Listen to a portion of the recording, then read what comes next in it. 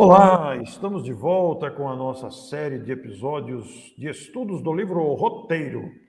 Capítulo 13 hoje, episódio número 14, a mensagem cristã.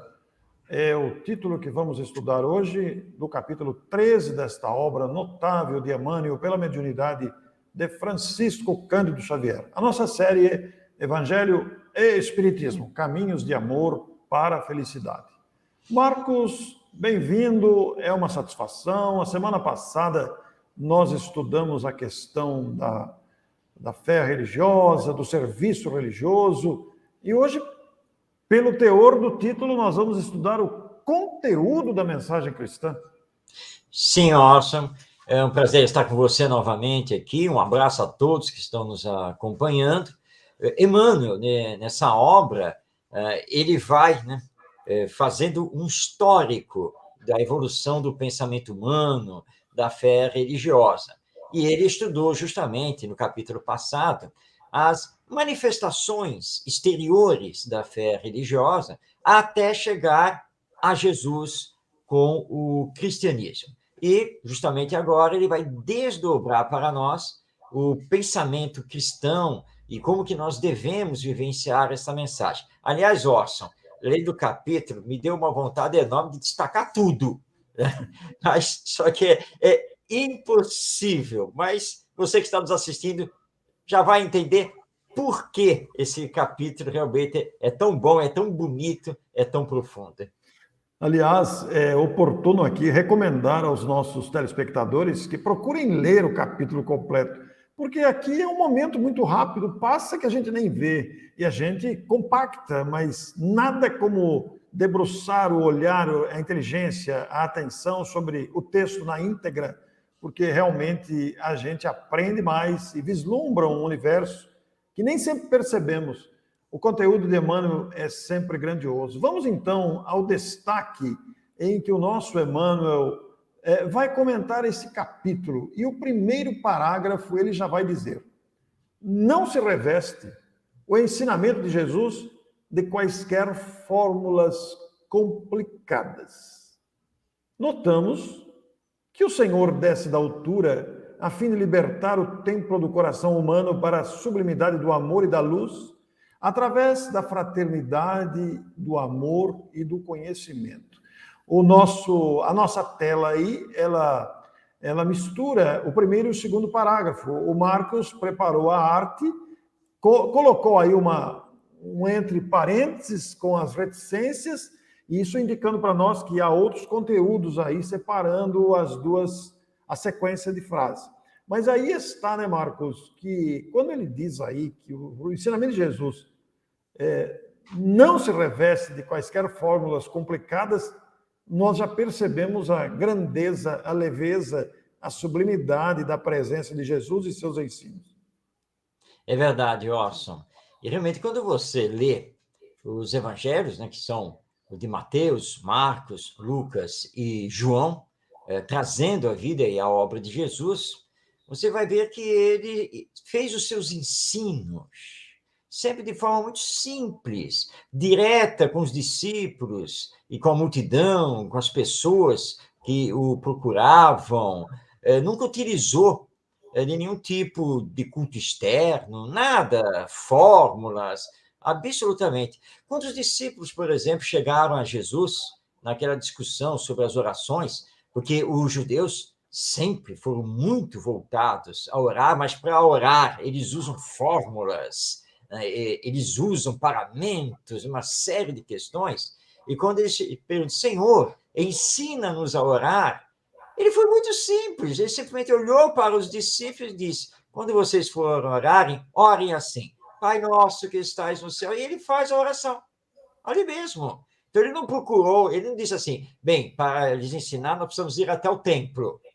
Né? Não, nada disso. Onde ele estava, naquele momento, dentro daquelas circunstâncias, ele os ensinou. E a fazer uma oração belíssima, profunda, que é uma síntese de todas as outras, e sem que você precise de lugar especial, de nada disso. Então, Jesus é a simplicidade em pessoa. O seu ensino é simples, é direto, E aí o Emmanuel nos coloca muito bem isso. Não consta, né, que Jesus, para nos ensinar, ele tivesse que utilizar fórmulas, coisas complicadas, nada disso. Pelo contrário, ele vai tocar no nosso coração para mostrar que a mensagem do Evangelho é uma mensagem despida das coisas humanas, materiais. Pena, não é, Orson, que 3 séculos depois nós não tenhamos, com toda a profundidade, compreendido isso e nos deixamos levar pelo nosso passado pagão, idólatra, e acabamos, infelizmente, levando a prática cristã para uma prática que chegou mesmo ao ponto de ser tão materialista que o próprio Emmanuel coloca isso em outras obras, e hoje os historiadores concordam com ele, que a própria Igreja Católica acabou sendo a culpada pelo crescimento do materialismo e do ateísmo entre os seres humanos. Isso vem de condicionamentos, não é, Marcos? Porque nós nos viciamos em determinados comportamentos e permitimos que esses comportamentos sobrepujem aos interesses da alma, como acontece atualmente com a maioria de nós, que nos deixamos seduzir por paixões diversas, atendendo a condicionamentos e vícios seculares ou milenares. Mas voltando à época da permanência de Jesus, como você disse, quando perguntaram para ele ensinar a orar, então vocês para orarem digam assim, com toda aquela seriedade, aquele amor espontâneo, sem qualquer fórmula, sem qualquer postura diferente, nada, simplicidade. E o Emmanuel aqui, como disse o Marcos, que dá vontade de pôr o texto inteiro para mostrar para vocês, né? Mas eu não posso dispensar esse segundo parágrafo, não destacado na tela aí, mas que o Emmanuel disse que, para isso, o mestre não exige que os homens se façam heróis ou santos de um dia para outro, não pede que os seguidores pratiquem milagres, nem lhes reclama o impossível. E a gente sabe, tem ciência disso, que a convivência de Jesus com os homens de seu tempo, aqueles discípulos, aqueles pescadores humildes e rudes que o acompanhavam, eram homens com dificuldades naturais da sua condição humana. Não eram santos, não eram homens que sabiam renunciar, que eles enfrentavam os próprios leões interiores, bem próprios da condição humana, nos comportamentos, nos hábitos de seu tempo, na essência de sua alma naquele tempo em que viviam. Né? Não foram capazes de compreender o mestre imediatamente.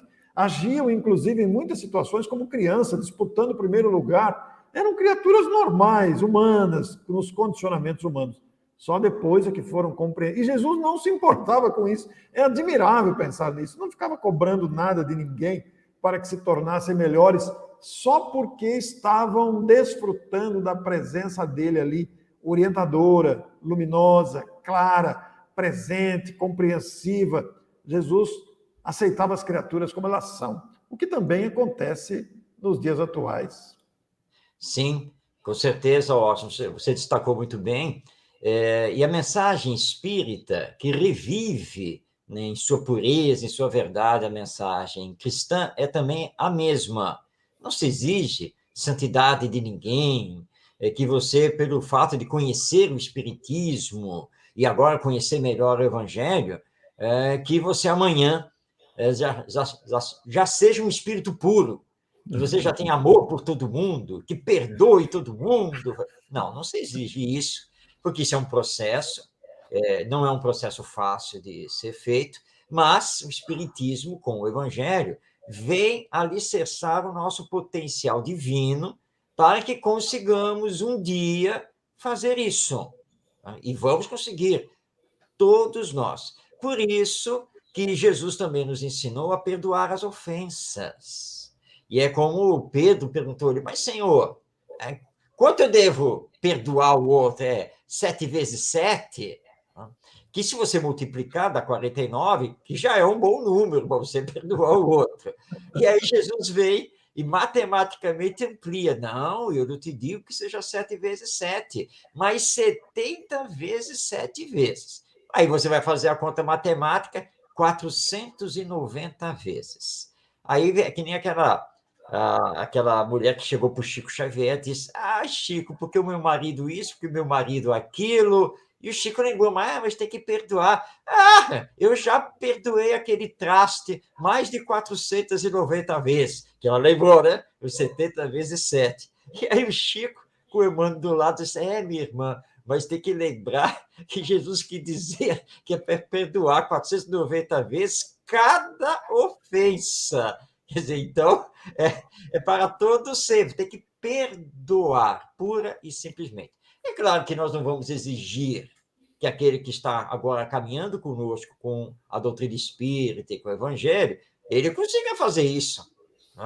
Agora, já, hoje, amanhã ou depois. Vamos com calma. Todos nós temos a nossa caminhada evolutiva, realizamos o nosso progresso, mas sabemos que vamos chegar lá. Pois é, e essa sublimidade, essa leveza de Jesus, que nos aceita como somos e vai gradativamente acompanhando a nossa evolução, na época que esteve entre nós, encarnado, junto aos seus contemporâneos, ele dirige-se, como podemos dizer, inclusive para os dias atuais, dirige-se a palavra dele à vida comum, aos campos mais simples do sentimento, à luta vulgar e às experiências de cada dia.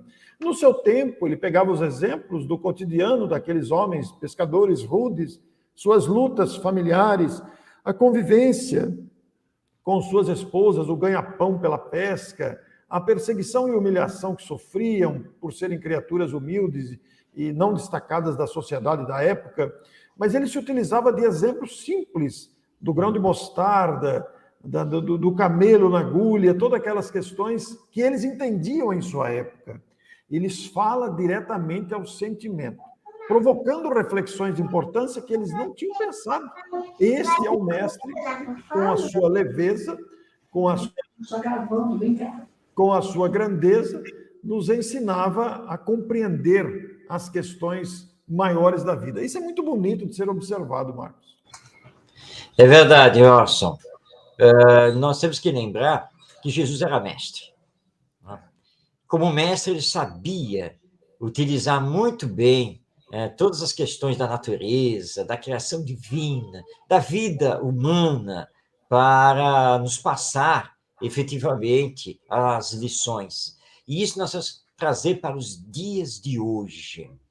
Porque você vai assistir uma palestra, seja ela online ou presencial, uma palestra espírita.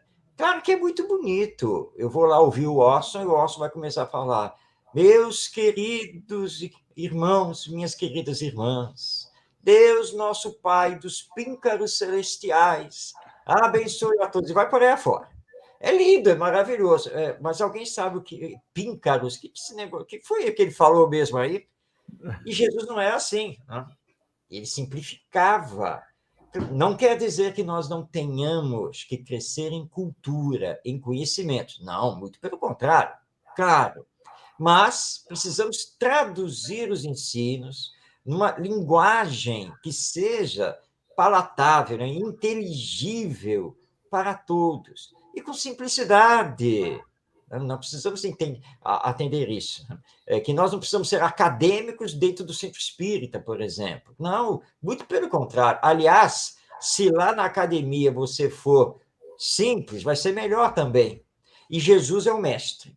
Então, nós temos que aprender com ele e traduzir. Eu passei por já diversas situações, Orson, vai servir como exemplo aqui, você já deve ter passado por isso também, que ao chegar no local da palestra, você olha para o público e percebe que é um público mais simples.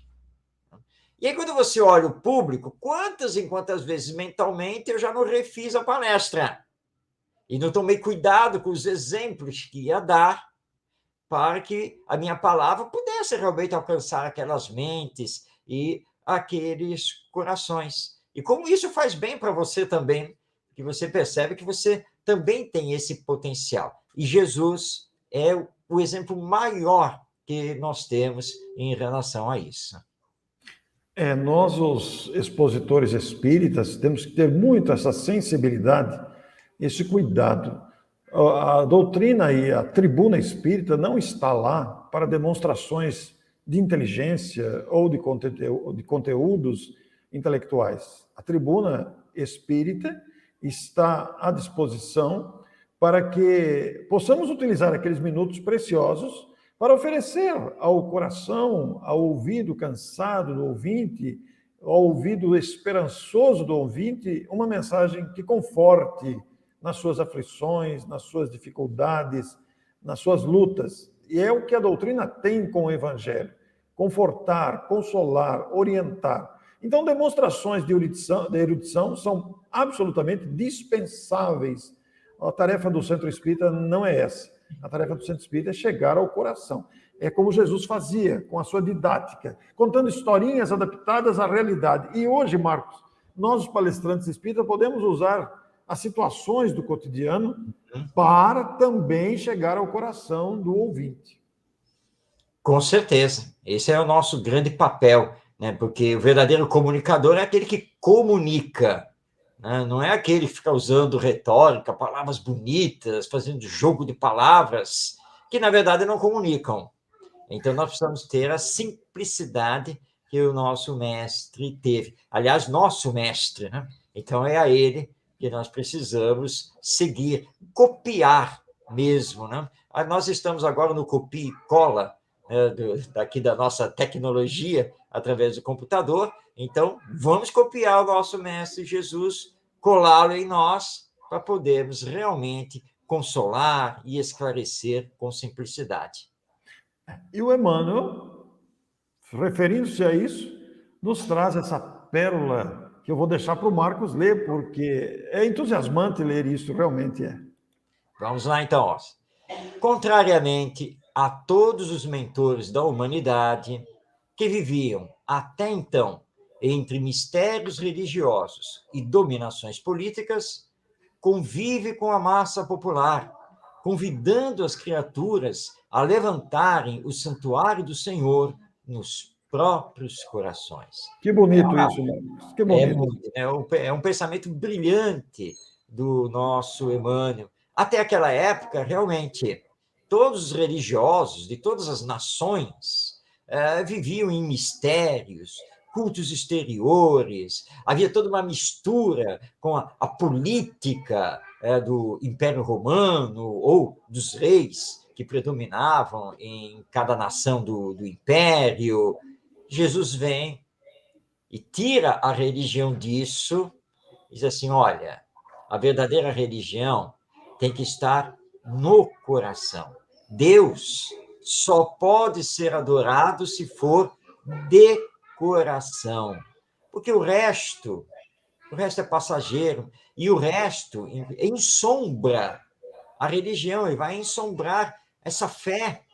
Então tem que estar no coração. E aí nós imaginamos aqui, são os episódios ocorridos no Sinédrio, com o julgamento de Jesus, depois com o julgamento de Paulo de Tarso, onde você vê aqueles representantes da fé judaica, dessa religião que é milenar também, e todos eles ali misturados com as questões políticas.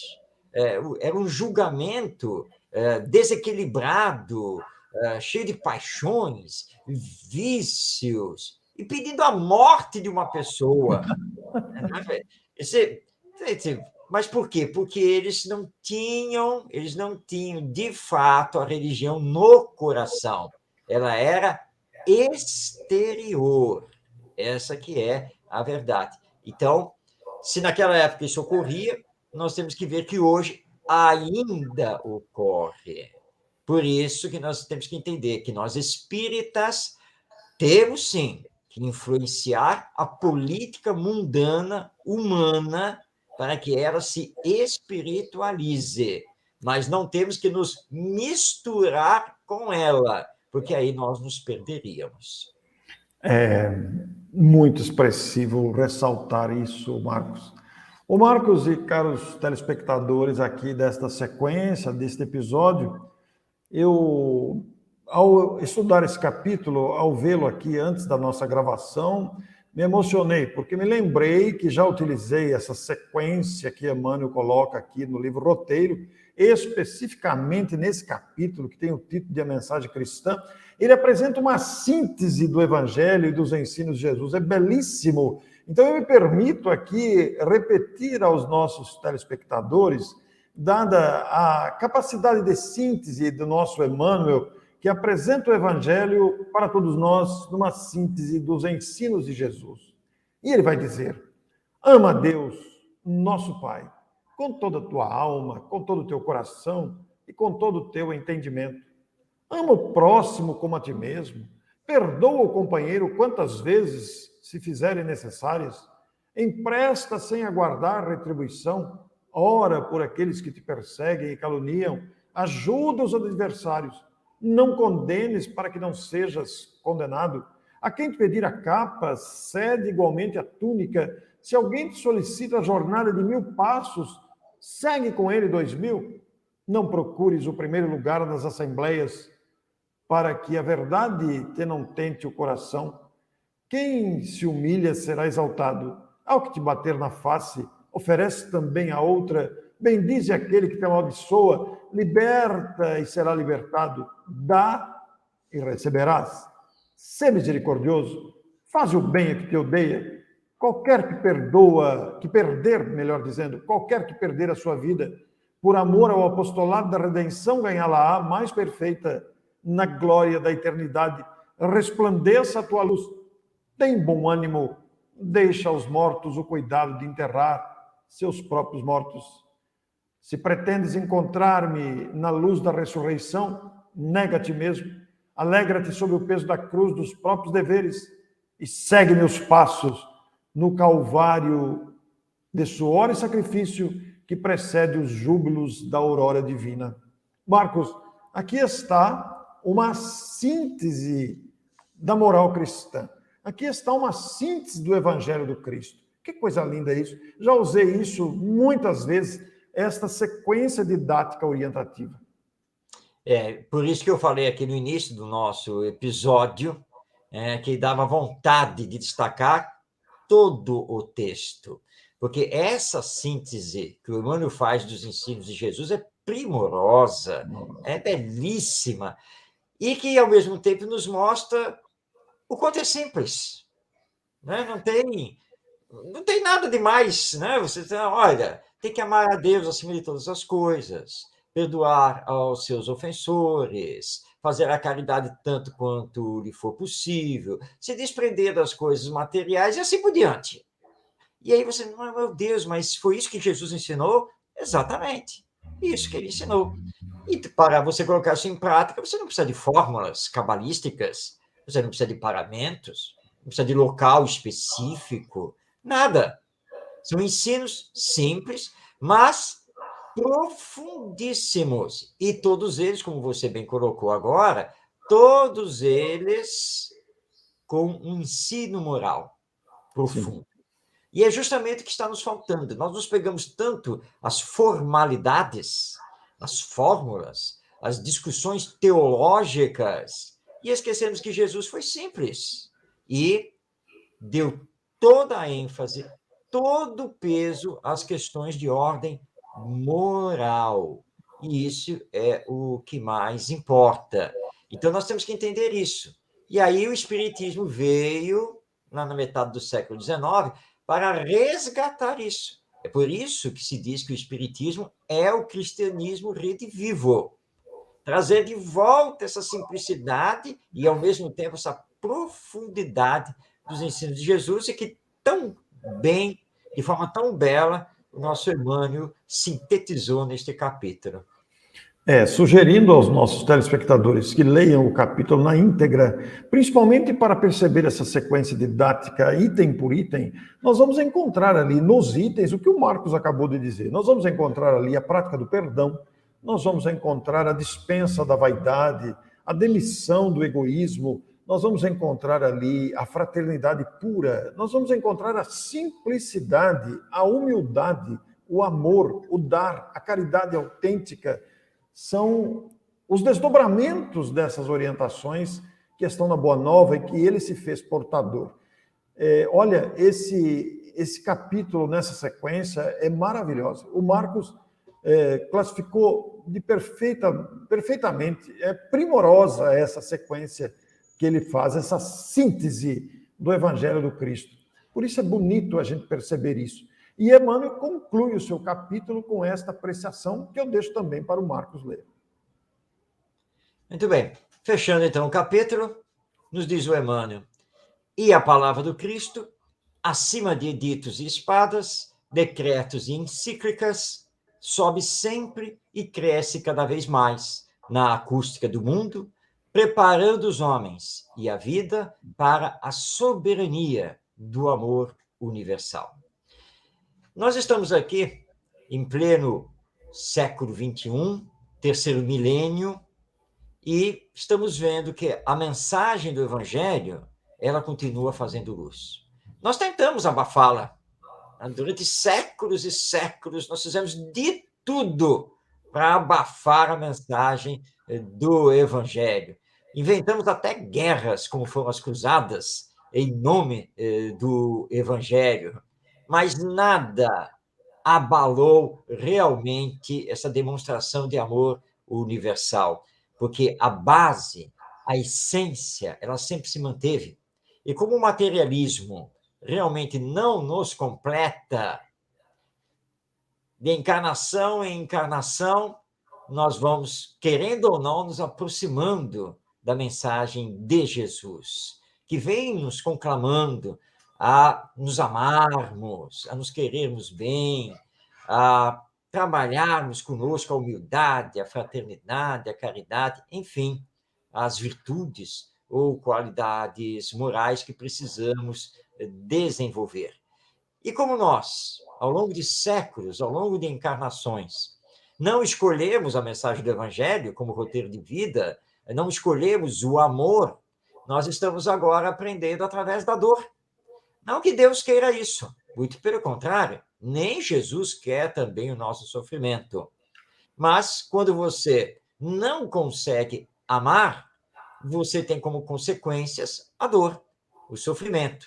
Mas justamente para levar você a compreender a necessidade desse amor. E é por isso, então, que Emmanuel coloca: nós, com Jesus, estamos acima de qualquer decreto, de tudo, porque com Jesus nós começamos realmente a entender que, acima de tudo, está o amor, e é o amor que nós precisamos procurar.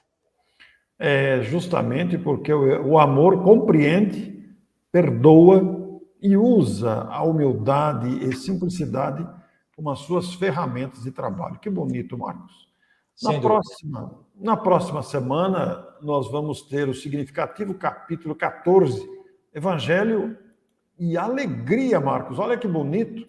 Evangelho e Alegria para o capítulo 14 da obra Roteiro. É porque nós precisamos entender que evangelho significa alegria, felicidade, nos dá uma nova visão do viver, não é mesmo? Mas isso é para o próximo episódio, né? Não podemos adiantar hoje aqui. Isso, pois é. E deixamos a você o nosso abraço de gratidão, de alegria também, convidando você para estar conosco na próxima semana com o episódio Evangelho e Alegria, aqui na nossa série Evangelho e Espiritismo, Caminhos de Amor e Felicidade. Até lá, muito obrigado a você, fiquem bem. Um abraço para todos.